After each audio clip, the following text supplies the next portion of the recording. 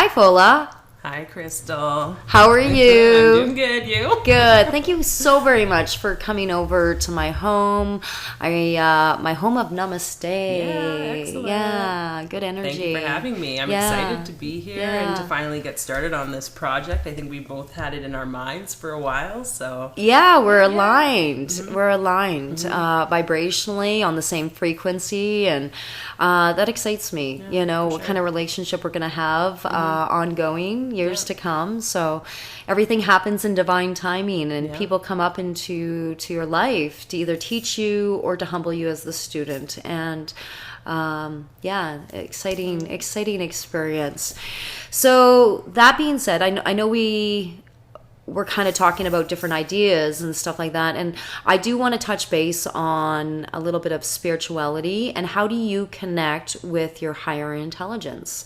I know that you're finishing up your shaman certification. Yeah, shamanic coachings. Yeah. That is super amazing. Yeah. And you do know that in your past life you were a shaman. So now that's part of your journey to carry it forth in 2019 and to help this message get out into planet Earth, into humanity. Yeah. Oh, for sure. I believe like shamanism is such like a important part, not just to my life, but across like different cultures, places all over the world, like time and time again, right? And I like, a lot of people ask like, what is shamanism? I just feel like that's like the root of what is like our truth, a lot of us as humanity. And it's really about like connecting back to like the earth, connecting back to kind of that true way of being, and how we can utilize all that part of like nature around us to see like what the messages that are coming through, like that fly that just came on the wall over there to the audience. It's like something just like pops up, an animal or some type of like connection with nature. It's like, what does that mean to you as an individual in that moment? And so it can be very like personal, right? But then there's that part of it that's and also profound. Yeah, like very much a connection with like all of the collective. And that to me is really important when it comes to like connecting to the higher self, right? And kind of growing our consciousness that way, because there's a lot of healing that needs to be done within ourselves, but also within like the family line, right? Or the lineage, which is a huge part of shamanism. So I have been studying shamanism for not very long, like only a couple years, like consciously studying, you know what I mean? With my teacher, and it's really been quite life-changing, just the fact that like, hey, I can take the stuff that I'm learning and apply it for myself and see how it not only influences my life, but also my family. Like my family lives overseas, so when we all get together in the summertime, over the last couple of years, I've started to notice like the real changes in how we're interacting with each other. And I know it's because it's kind of like a mirror of me in the work that I've been doing internally and the conversations I'm having with myself in my mind, and kind of being more open and self-forgiving and forgiving of others and like loving, right? That it's now starting to mirror out in how my parents interact or my family, like my sister interacts, and that is everything so wonderful. Else. So yeah, it definitely has. It's interesting power. how you say mirroring. It's been an interesting infatuation about mirroring neuron, the mirroring neuron, and what's happening internally. I started studying the mirror neuron about 5 years ago, and just watching internally what's going on, that my fears are showing up in what my eyes lay witness to, my projection. And then my vibration of love is also showing up in what my eyes lay witness to, my projection into the earth, into reality. And so, yeah, it's interesting that you say mirroring. Yeah, it all starts internally, really, at the end of the day. It really does. It starts with owning our vibration, owning our frequency. Yeah. And I think that's a huge part of that, like the teaching, at least from my teacher, the understandings that I'm getting from it, is just that everything that goes on, like you don't have to be a victim to it, right? It's up to your perception of what you're seeing or what you're perceiving of the events, right? And also another part of that is that you're creating a lot of those events that are going on, right? That's wild. I know. Which is the hard part, right? To even wrap your mind around. I know. There's too much responsibility. Yeah, it sure does humble. It sure does humble. That's self-reflection. Yeah. And I think that's whatever like people are following, that's what it comes down to, is just looking within the self, right? So yeah, even like you're saying, studying the neurons, like mirror neurons, or I know you're very interested with like the science part, you know, and like the neurology, that itself, I think, like you were mentioning earlier about like Eckhart Tolle. I know. I don't think he'll take it personal. No. And that like the connection between the spiritual aspect, the physical aspect, and how we can use that towards like, empowering ourselves and becoming more self-aware. It's fascinating. It just excites me, like to no end, when the fact that I've been witnessing how ancient philosophy and you got neuroscience coming together for the very first time in all of history. This is leading edge times. This is amazing. And learning how to communicate with our nervous system and how to communicate when our bodies are communicating with us. Because I've been teaching BodyTalk for the last 3 years, and that's pretty exciting. Teaching people, and this came from my self-reflection, my darkness, in my moments of like being paralyzed by my brother's death.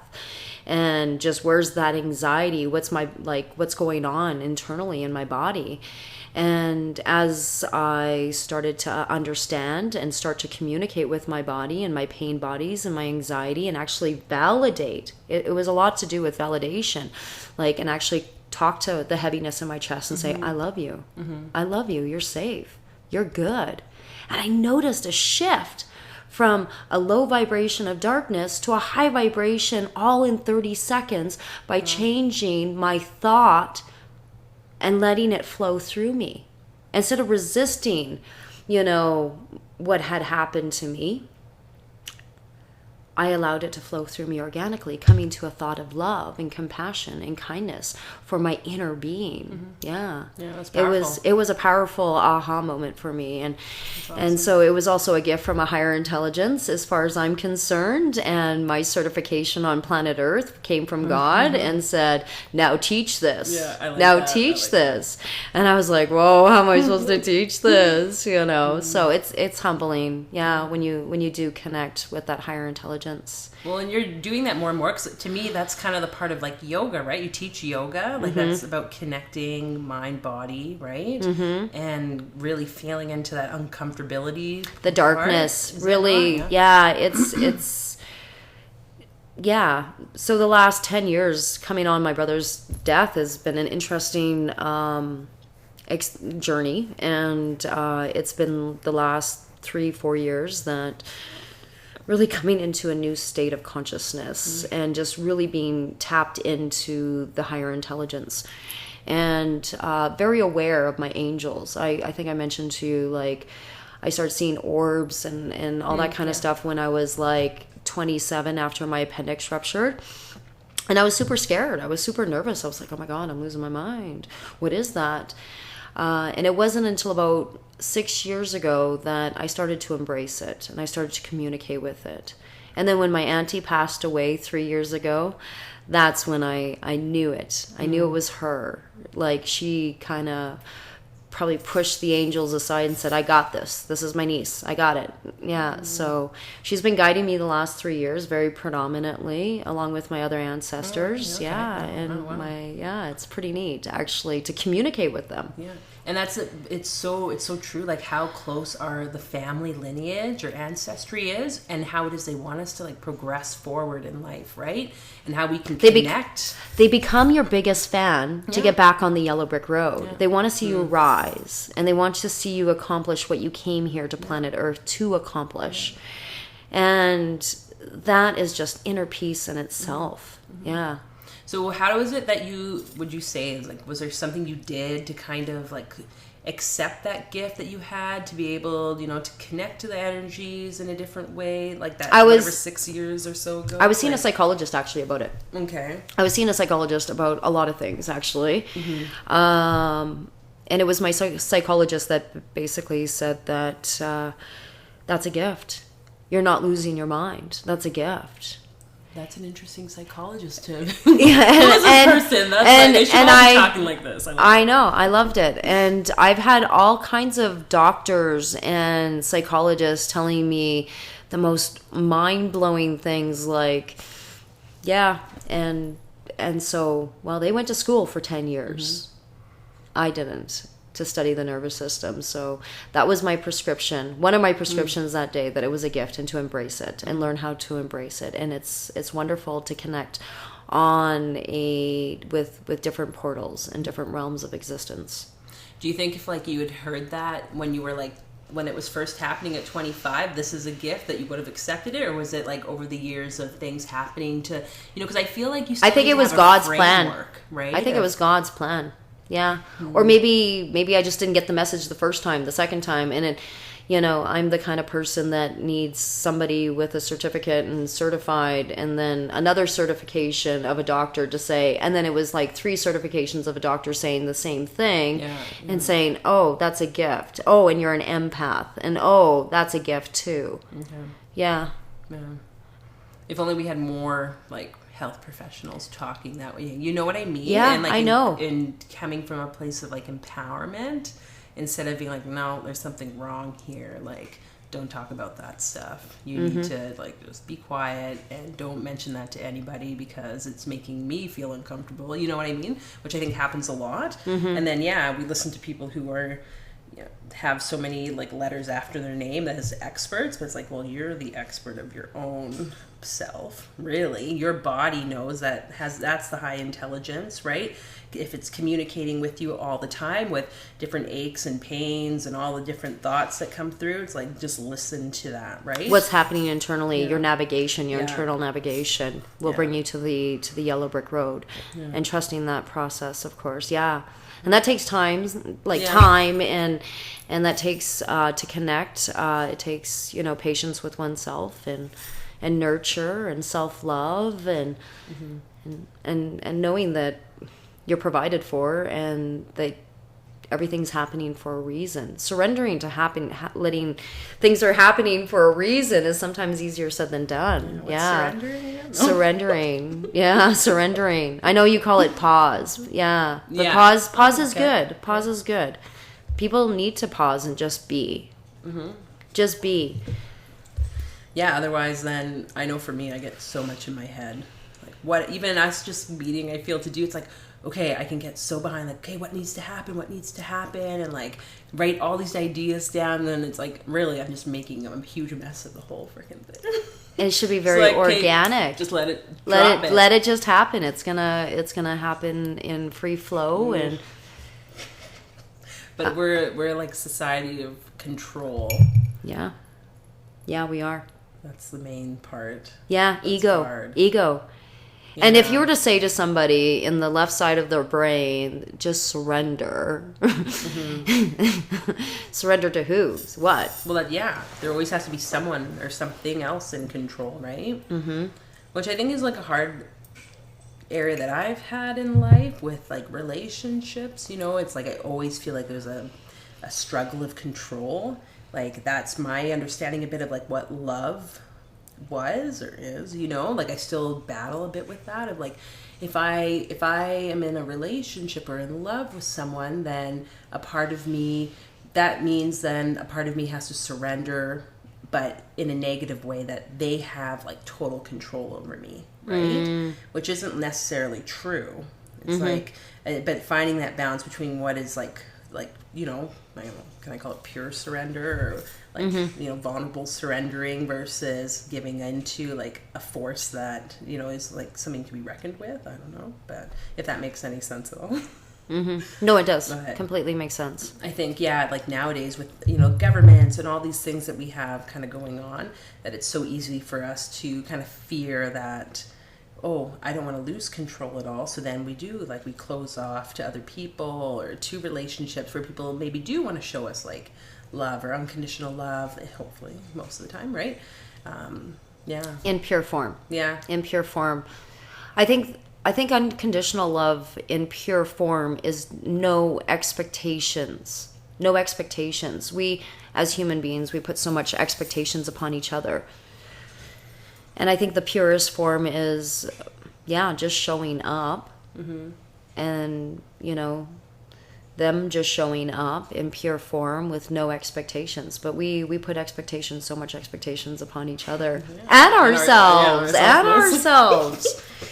And ourselves, right? But that's why meditation is so good. When you see yourself like coming into, I don't know, overwhelmed by the day, or something's happening internally, and you feel an emotion in your body, or you feel that anger or that rage, that's an opportunity to self-reflect. If you're crying, that's an opportunity to take that moment and self-reflect. Go deep, go dig, like, what is that? Where's it coming from, right?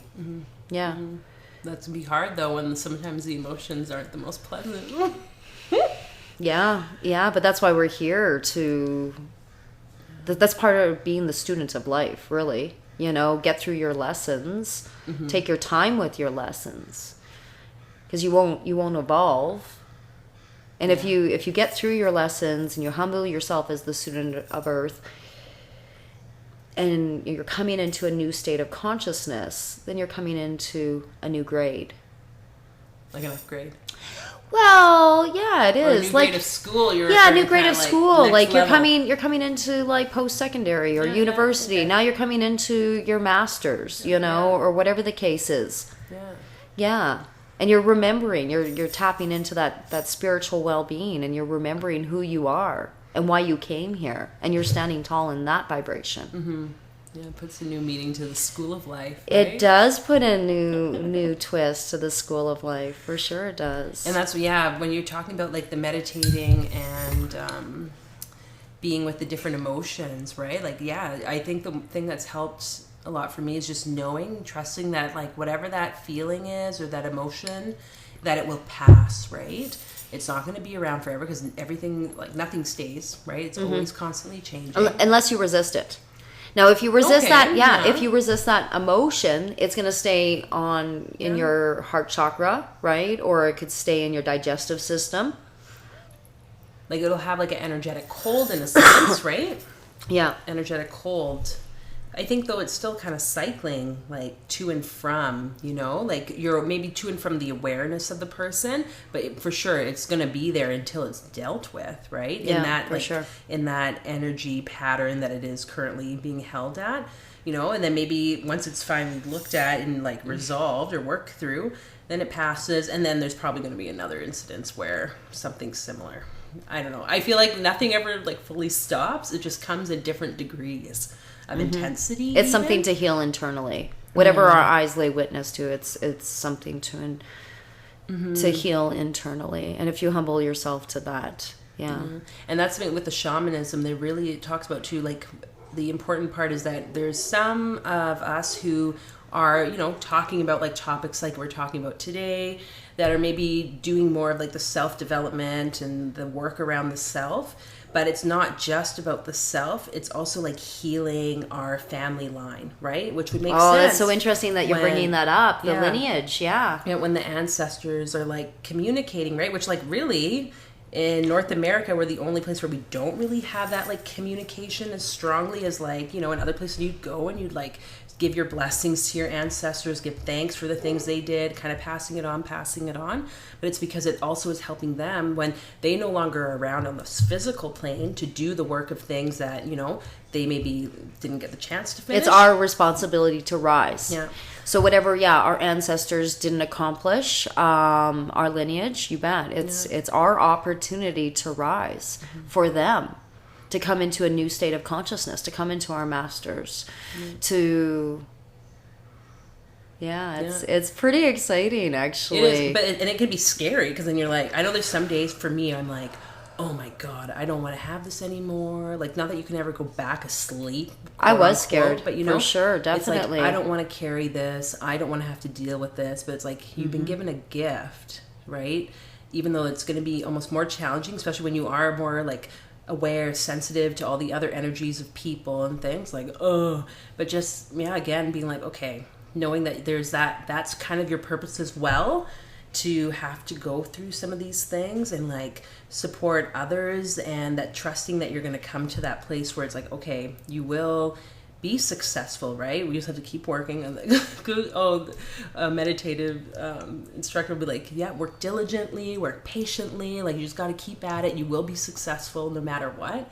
But in our day and age where we just don't want to have to deal with things, it's like instant gratification. Like, yeah. Be done. Yeah. But, well, instead of looking internally. Yeah. Instead of looking internally and connecting to your spirit.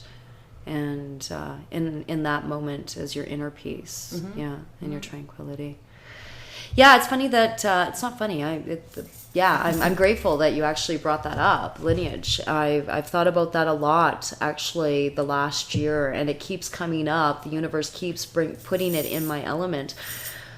My grandma Joanne, she was my Métis grandmother, and she taught me she did inner child work with me, actually. She did inner child work with me at age 10, and teaching me about energy and crystals, and age 7, and sweat lodges, and cleansing of the home, and I felt it very predominantly when I got back from Bali, that I'm also supposed to carry her lineage. She's energetically, she's keeping me. I felt her in Bali. She was guiding me in Bali. It was just a wild experience, and very humbling, and super grateful to have her as one of my spirit guides, one of my angels, and my biggest fan. And she wants me to do inner child work, and she taught me meditation at age 9 and 10, and so cool. Yeah, and she wanted this wellness center. She talked about this wellness center that she wanted, and she had this dream, and then she passed away when I was 17, and she was. And then a chief actually mentioned the first sweat lodge I ever went with her at age 15. A chief said, she was your mother in your past life. So I'm really not surprised at all that she is like, she's wanting me to do this work and rise, especially for her, which she didn't accomplish. And I'm very honored to be guided by her. It's your turn to carry the torch kind of thing. Yeah. And every once in a while I'm like, now what? And then I forget to just be and just trust the universe is happening in divine timing, and don't rush the process and just enjoy the process. Which I think is an important thing for people listening to, practice over the week, right? Is just being in that present moment. Just be and trusting that you're provided for and you're loved, and And then that's like, I think, key number one to like just ending all that suffering in life, right? Is to not like be stuck in that present, or not to be stuck in that past or the future mindset that we're so easily drawn to, right? If you just be here now, breathe. Well, everything. Yeah. The first time I read that, our brain does not know the difference between reality and illusion. That was about 6 years ago. I read that, and I was like, no, I need more information. This is crazy talk. And then I did do more research on it, and I talked to some therapists about it, and and I talked to a doctor about it. And our brain doesn't know the difference between reality and illusion. So what meditation does, instead of like my brain hijacking me, for instance, and thinking about my brother committing suicide 10 years ago, and all of a sudden I'm like reliving that 10 years ago in my brain, but really we're 2019 and we're July and I'm safe and we're in the comfort of my home, me and you, Fola. There's no, do you know what I mean? And to know, okay, well, that's an illusion, that's in a memory. Allow that memory to go flow through you very organically. And then look at the clock, and I look at the clock, like I have little tools to bring me back to the now. So I'll look at the clock and I'll be like, oh, okay, so we're Sunday, July 7th at 3:32 in the afternoon, And I'll even play like little games with myself. I'll go, I spy with my little eye something that is red. Oh, the couch. I spy with my little eye something that is turquoise. Oh, my peacock. Mm-hmm. And that immediately brings you back to the now, So what you're doing with your neuropath is you're creating more now moments, just be moments. And the more you start doing these things in your everyday life and playing little games and bringing yourself back to the moment, you're creating healthy new neural pathways is what you're actually doing. It's super cool. Yeah, we're powerful that way. We are super powerful. Make our whole body the way we want it to be, really. For sure, definitely. So, and so these are things like that I bring myself back to the now and just be. Yeah, and it's like because your power is in the now. Yeah, your superpower is in the now. If you're living in the illusion of 10 years ago, of some post-traumatic stress, some trauma 20 years ago or 30 years ago, you're giving your power away to that darkness. Mm-hmm. Come back to the light. Mm-hmm. Hmm. Yeah, that's a powerful way to put it, for sure. Yeah. And I think it's so important for people to do, and that we hear it all the time to do it. I know at work we'll like tell people who are going through anxiety, just do like simple, like look around the room, and there's all these different ways that you can like bring yourself into present, but it's doing it, right? And actually making it a habit, practicing it as often as you can, however long that takes you, so that you can like then, that just becomes second nature to start to like utilize those tools or those techniques that work for you. Mm-hmm. Right? Well, that's exactly it. We live in a wonderful country where we have access to all kinds of like free therapy or communities, and connecting with like-minded people that want to help us in our time of need or our nervous breakdown moments. And it's about what they teach us. It's about filling up that tool bag. Filling up that tool bag with a bunch of things. And then you turn inwards. Oh, okay, well, that didn't work for me. So let's try something new. And you find things that is going to start working for you that'll bring you into the now, bring you into that moment. If I'm having anxieties or something like that, it could be something as simple as shifting and cooking something new for me, because that's my happy place. That's my happy place. But it's also my meditative place, because I'm going from one new ingredient to the next, to the next, to the next. And now I've created something really wonderful and weird, maybe off Pinterest. And I get a sense of gratification because I created that. And I accomplished that. And now it's taken me out of the illusion of 10 years ago. Yeah. So it works. Yeah. Anything. Anything. Everybody has their little things, right? And it's about turning inwards if you are post-traumatic stress or, if you have any anxieties. It's about really tuning in and learning about yourself. Yeah. Yeah. And I think survival. Yeah. That's the main. We're here to do that. And so definitely encourage everyone to continue on that path, because otherwise like life just kind of seems bland, really. And I mean, still life might seem bland some days, but you'll start to accept, okay, this is where I am now. Where am I going to go on creating what I want to create in this world and live in my power that everyone has, right? So that's awesome. Thanks for sharing. Yeah, for sure. Definitely. Yeah, that was fun, Fola. Thank you. Yes, no, thank you.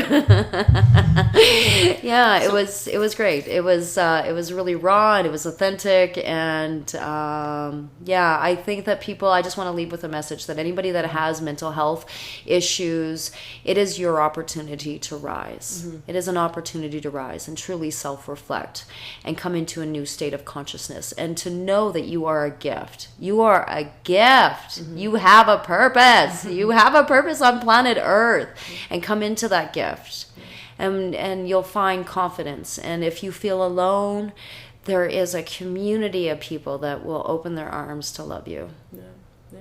Amen. Hallelujah. I speak from experience. Build a community for yourself. Yeah. And reach out if you need to at any point. I mean, we'll be posting this online somewhere. I'm sure you can connect with either Crystal or myself. We want to just see everyone in that power and like supporting themselves. So thanks for listening.